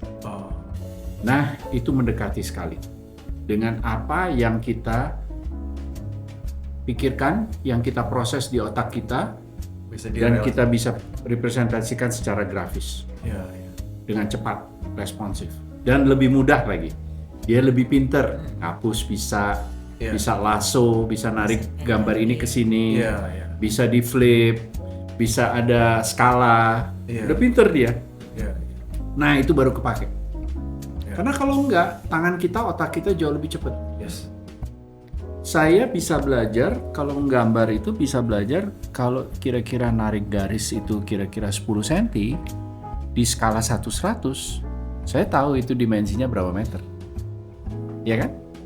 Karena skala itu udah embedded di processing saya. Jadi kalau saya tarik garis 10 cm, skala 1/100, itu 10 meter mungkin.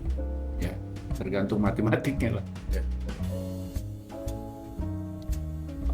sudah masih banyak sekali pertanyaan. Wah, kalau dulu suka naik genteng, kalau ketemu layangan, kalau nggak ada layangan, you observe the environment. Now, what do you do to get inspiration? Ya. I'm sure. Many things. Yeah, Makanya saya orangnya nggak bisa diem. yeah. I scuba dive. I've been a scuba diver since 1991. Wow. I like to learn how to fly actually, cuman nggak kesampaian. I like the sea, to explore. Ya eksplorasi sama kayak Mbak Devi eksplorasi. Dulu waktu kecil kita eksplorasinya rumah segala macam. Saya sekarang eksplorasinya makin lama makin gede gitu. Dunia. Pak Paul travel ya? You travel a I lot. travel a lot. Yeah. And then you're an avid reader. Avid what? Reader. Grader? Reader. Reader ya. Yes, selalu baca. Jadi Pak Paul sangat-sangat nggak gaptek, sangat-sangat tahu apa ya, catch a lot of new informations. Jadi itu menurut saya sebagai seorang senior yang saya kagumin, itu adalah quality yang nggak semua orang punya, Pak. So you go dive. How often do you go dive? As often as I can. Karena itu olahraga sehat. What do you feel when you're under the water? Yang amaze saya dan gambar itu masih betul-betul terpatri di otak saya itu waktu saya pertama kali dive dan saya lihat kedalaman tinggi. Kan saya bergerak di 3 dimensi ya. Jadi saya ngelihat kedalaman, selihat karang-karang di dalam itu bisa ada yang puluhan meter tingginya, ada gua, terus Di dalam laut juga ada gua. iya, kehidupan luar biasa. Dan saya bertekad anak-anak saya, teman-teman dekat saya semuanya saya racunin untuk menyelam. Termasuk Mbak Devi.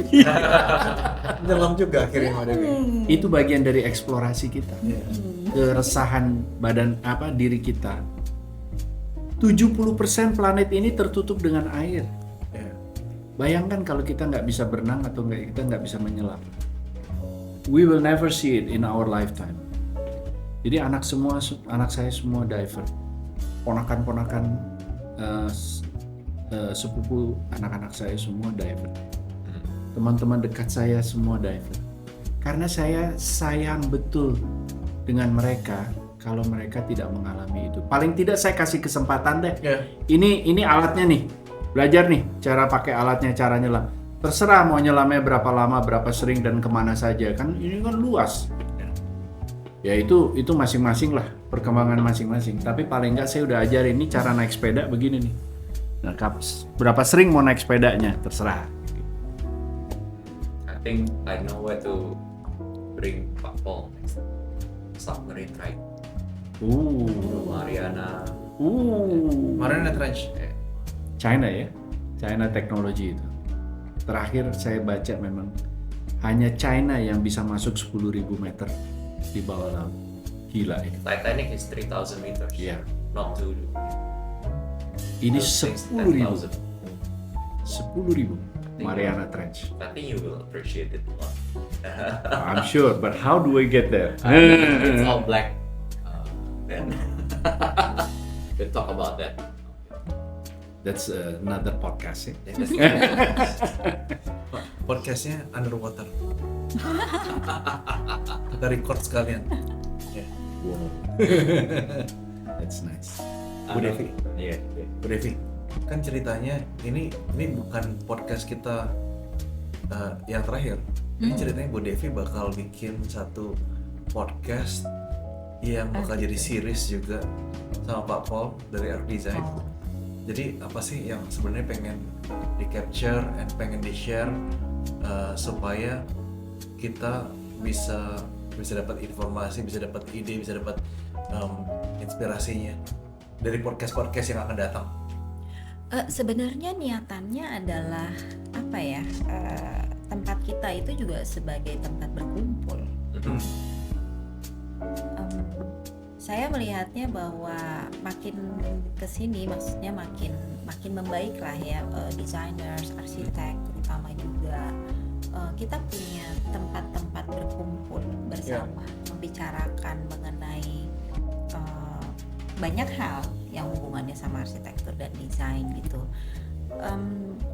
Ya memang sudah saatnya lah Indonesia gitu. Mungkin kalau di luar negeri udah lebih advance ya, bagaimana asosiasi untuk arsitektur, asosiasi untuk desainer atau apapun. Nah sekarang kan makin banyak untuk desain grafik, untuk ini, untuk itu. Sekarang semuanya mereka tahu bahwa kekuatan sebuah profesi adalah di himpunannya juga gitu.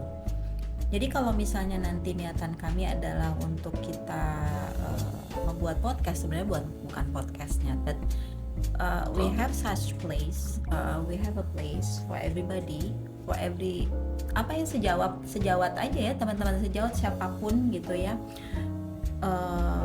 yang berada di industri ini, kita sharing aja bareng gitu.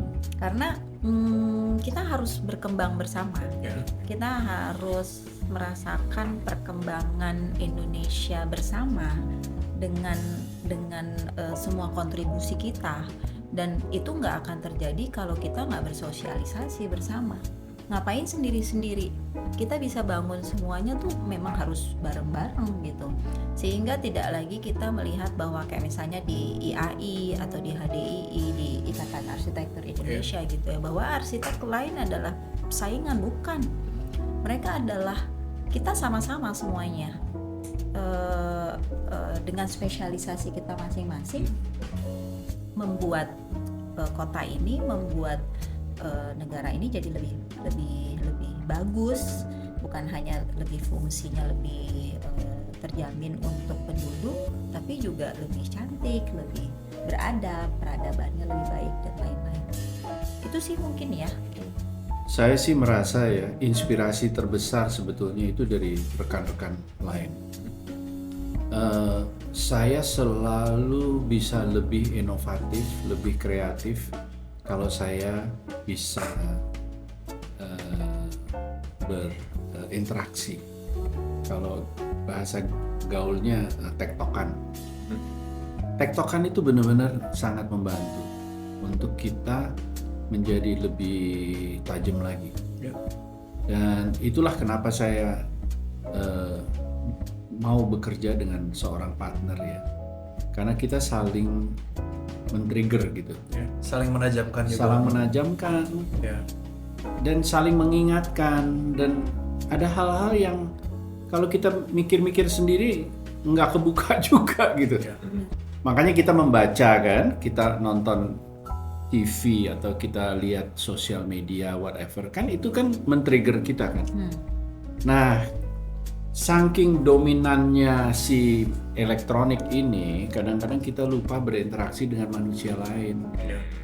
Itu yang saya lihat abad ke-21 ini nih banyak yang hilang. Bagaimana kita ini sebenarnya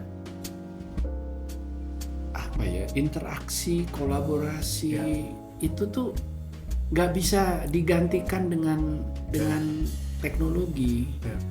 Kita tetap harus kerja itu tim, apalagi arsitektur.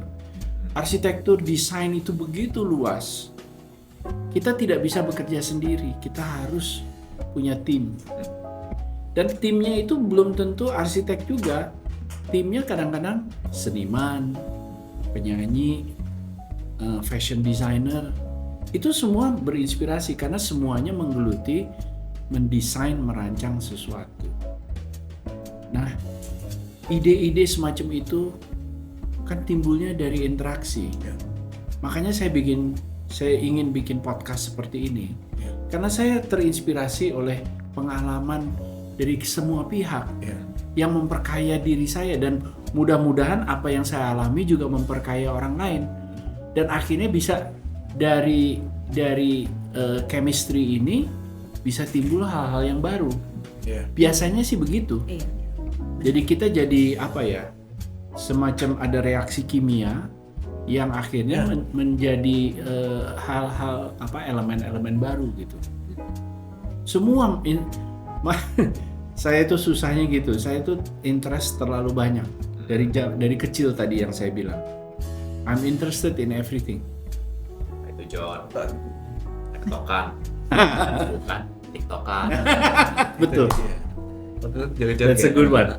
15 seconds you. That's a good one. Tapi itu concernnya saya Pak sebagai sebagai kakak, karena saya punya adik-adik di bawah saya, dan sebagai parents juga, karena saya melihatnya gini Pak, generasi di bawah saya rasa kehilangan kehangatan di kita sebagai orang Indonesia yang kalau ketemu tuh bisa senyum, apa kabar, raut mukanya kelihatan bersinar. Itu saya lihat dulu di teman-teman saya usia saya yang kalau ketemu tuh hangatnya beda. Sedangkan kalau ngeliat anak-anak yang mungkin usianya separuh saya atau remaja gitu ya, lebih berasanya plain and cold karena mungkin dia kebiasaan ngeliat gadget, interaksi gitu, hahaha atau LOL. Kita dulu nggak ada LOL Pak. LOL tuh oversimplified version dari kita ketawa, senang sekali gitu ketemu orang. Ya LOL tuh oversimplified. Jadi kita nggak, kalau kita bisa tektokan, kita bisa ngobrol begini, itu Sangat berbeda. rembuk, itu apa ya? Itu justru ya kehangatannya orang Indonesia. Makanya kayak Iya. temen mention senyumnya Singapore Airlines sama senyumnya ibu-ibu di Bali beda banget. Singapore Airlines tuh robotik itu SOP. Ibu-ibu di Bali itu dari hati. Saya pikir kayak it's not about the service industry, it's about us as Iya. Indonesian. Our identity is warm. Gak is usah very terlalu hospitable. jauh dengan ibu-ibu di Bali lah. Di mana Pak? Dengan cabin attendant yang Garuda aja. Iya, beda. Itu salah satu hal yang nggak bisa dipungkiri. Ya. Dan menurut saya lagi, karena anak-anak kita berbahasa Inggris dan jadi terlalu westernized, ngomongnya UI, padahal ngomongnya masih pakai bahasa Indonesia. Jadi saya ajarin anak-anak juga jangan pakai bahasa Inggris terlalu dicampur. Kalau mau ya bahasa Indonesia, dan lagi ngajarin mereka berusaha bahasa Indonesia yang baku, yang baik gitu ya. Karena kalau nggak kita kehilangan identitas juga. Jadi menurut saya ngobrol-ngobrol gini juga ngebantu kita untuk melestarikan budaya kita yang hangat, yang guyup Pak. Iya. Sorry, kan kita punya 5 panca indera. Yes. Kalau kita udah dengan elektronik, itu yang 3 itu udah nggak kepake. Yang kepake hanya audio dan visual. Touch, taste, and satu lagi apa? Anyway, Smell. Hah? Smell. Kalau kita hari ini, I smell coffee, Ya. I taste coffee, I see. Pak, jangan lupa makan siangnya nanti kita smell lagi Pak. Nah, Tetap makanya. habitus. Jadi kan beda kan? Beda, pengalamannya beda. Iya. How can you replace that with Ya. a two-dimensional device? Nggak bisa. We are struggling as designers. We are struggling to design three-dimensional environments yang bisa meresponi 5 panca indera. Itu aja kita struggle. When you walk into a place, how you smell it, it's actually not a job for architects, but that's what we want to create. I'm not creating just a building to look at or to walk into. I create the whole ambience, kan? How you smell the flowers, how you see the sunlight fall on the floor, how you feel the leather on the furniture. You know, how that is irreplaceable gitu loh. Dan saya selalu mencoba meng-create itu dimanapun juga. Mau arsitektur, mau interior, mau master planning. Ini 5 panca indera ini tetap, that is what makes us human. Jadi I feel a good design, kembali lagi to your first question. Yeah. A good design is which responds to the 5 senses of a human. And of course it has to solve other problems, a lot of other problems, like waste management and how the water comes out, all the technical issues. Tapi kalau kita bicara mengenai pengalaman manusia, nah itu 5 panca indera itu penting. Dan itu nggak bisa didapat di metaverse. Tidak bisa. Have you heard of the scientists now investigating what those devices do to you? Yang disebut brain rot. Ya, Ya. Itu mulai diinvestigasi. Apa dampaknya itu terhadap anak-anak? Dan di gereja-gereja sekarang, mereka sudah secara rohani, teologi, mereka sudah mulai menginvestigasi bagaimana kita mengatur AI ini supaya tidak secara negatif mempengaruhi pertumbuhan anak dan mempengaruhi kehidupan keluarga. Kan kita pernah dengar kan kasus-kasus di mana orang mempunyai suatu hubungan begitu Ya. dekat dengan AI sampai Ya. ada yang bunuh diri, Ya. ada yang jadi gila dan seterusnya. Ini yang harus kita kuasain. Jadi kita tidak boleh dibudakkan oleh teknologi. Kita harus kuasain teknologinya dan kita harus tahu bagaimana makainya. Ya. Jangan sampai pisau itu jadi menusuk kita, tapi dia harus tajam untuk memotong makanan kita. Itu balik ke Pancasila sih, hikmat kebijaksanaan. Menggunakan tools. Oke. We can go on and on. Cuma saya ada 2 pertanyaan terakhir, because I know both of you are very busy. We appreciate your time coming here. Ibu Devi ini untuk datang ke sini kita harus squeeze waktu Iya. yang benar-benar. Iya. Ibu Devi yang lagi sibuk luar biasa. Truly appreciate it. Terima kasih, kita juga diundang.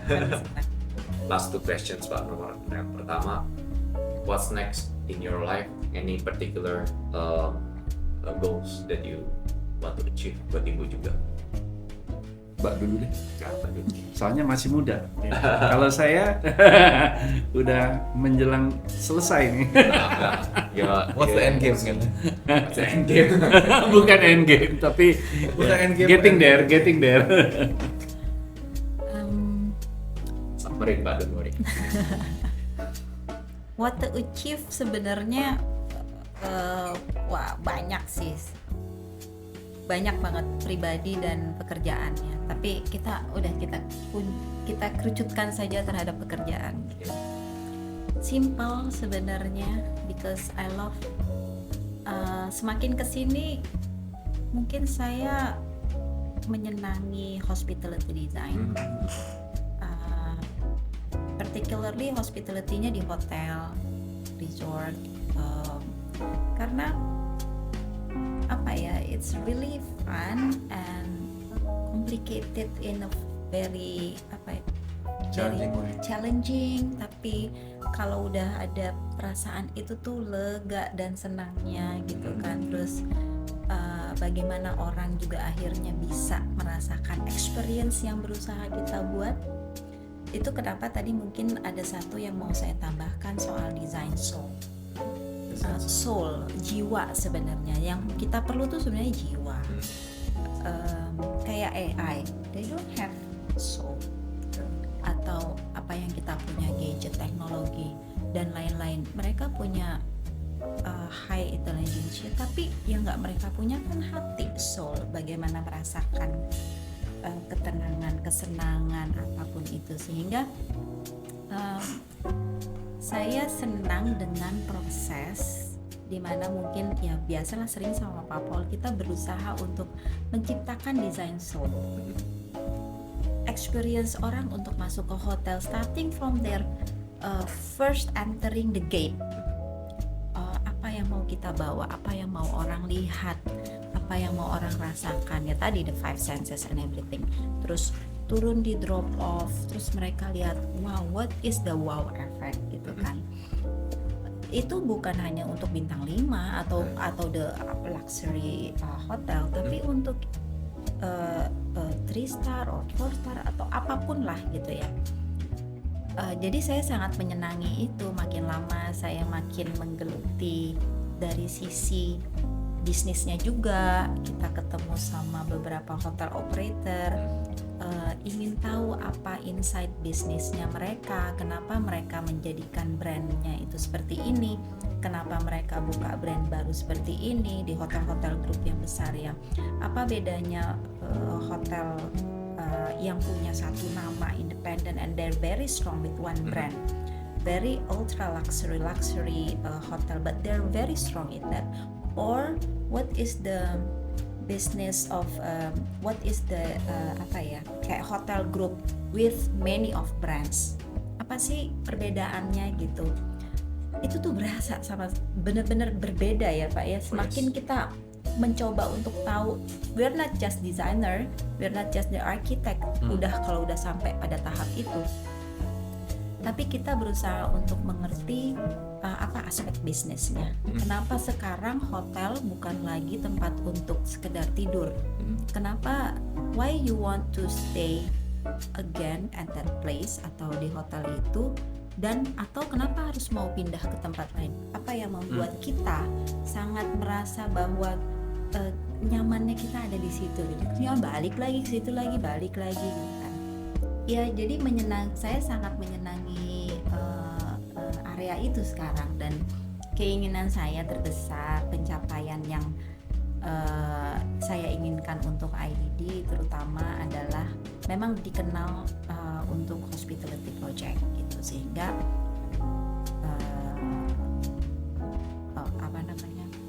prospektif clients atau apapun itu merasa bahwa ketika kami yang menangani, bahwa kita sudah mengetahui seluruhnya gitu, dari efisiensi, dari bisnisnya, dari ROI-nya pun, misalnya kita udah tahu lah, misalnya yang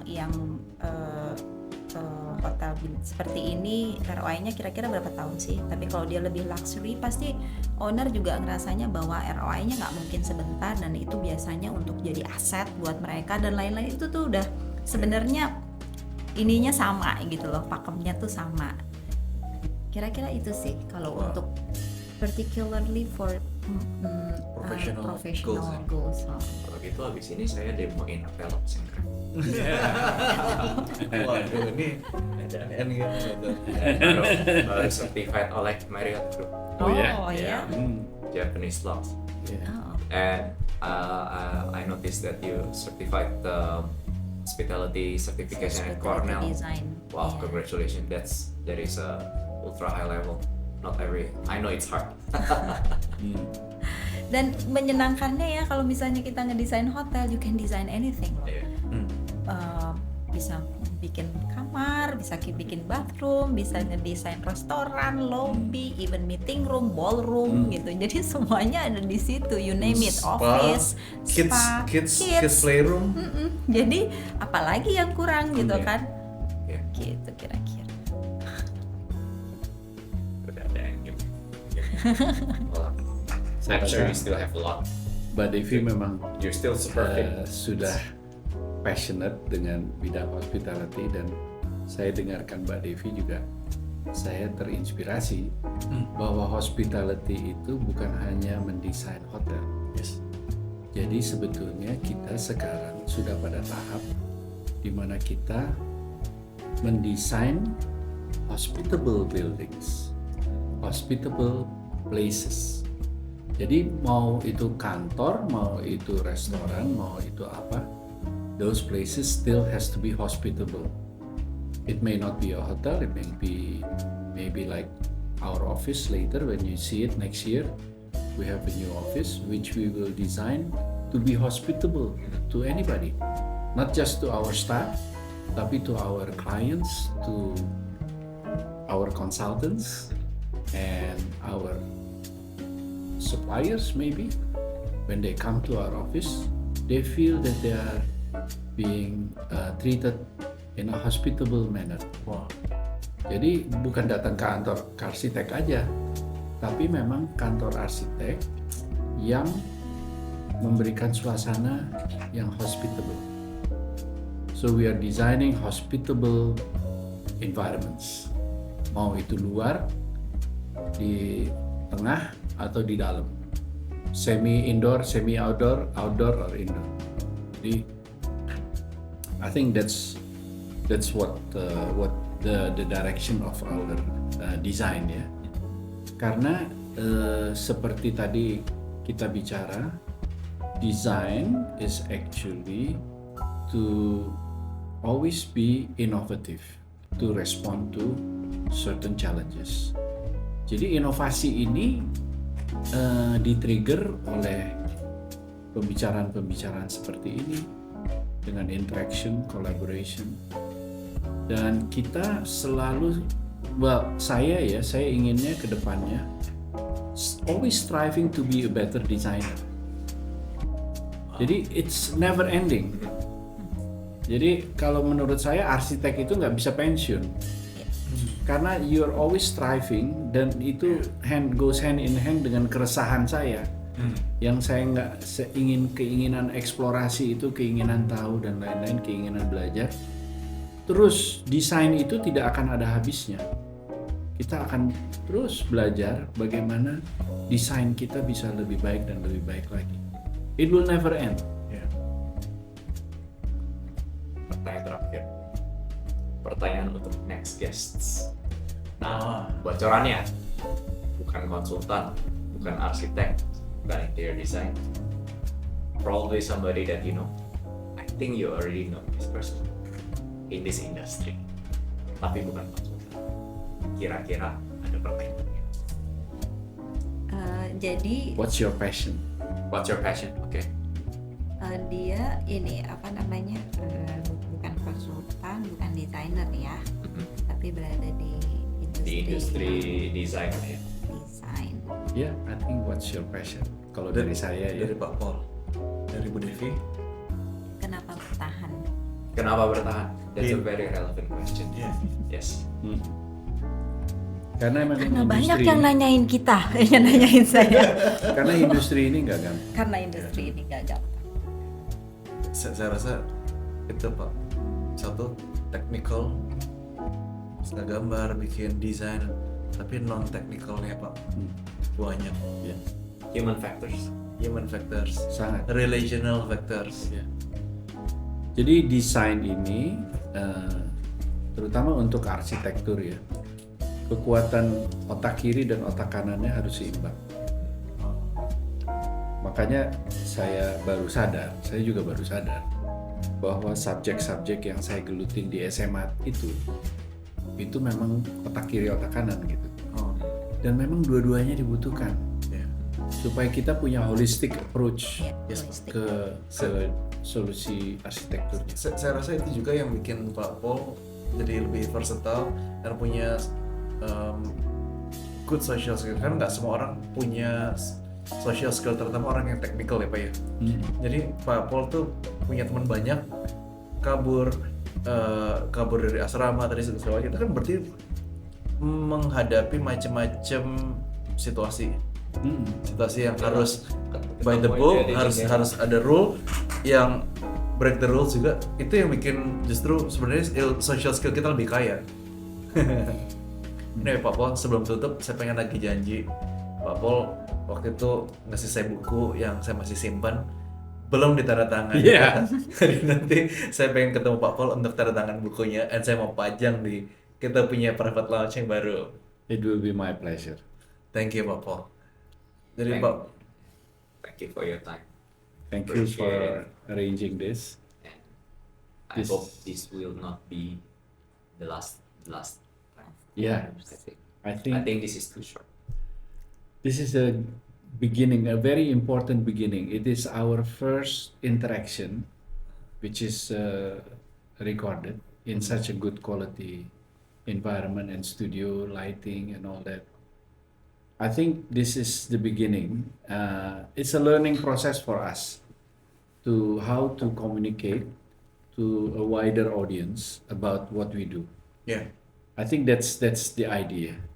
And communicationnya bukan melalui seminar atau melalui ini. It's more a relaxed situation, just like today. I think this is perfect media to communicate to a wider audience who we are and what we do and why we do it. So I really hope that this is the embryo of a wider thing that we can collaborate on. I appreciate your questions, your insight into our industry and into our background. I think it goes both ways, you know. The way you set it up and the way you interview us and all that can trigger certain things that, again, it's a two-way event. Jadi kita juga appreciate sekali. Thank you. Happy to hear that from you. Thank you, Bu Devi. Iya, terima kasih kita sudah direkam. Episode 107 Habitus Podcast. Paul Tan, Bu Devi. Amazing, thank you. John. Thank you. Thank you so much.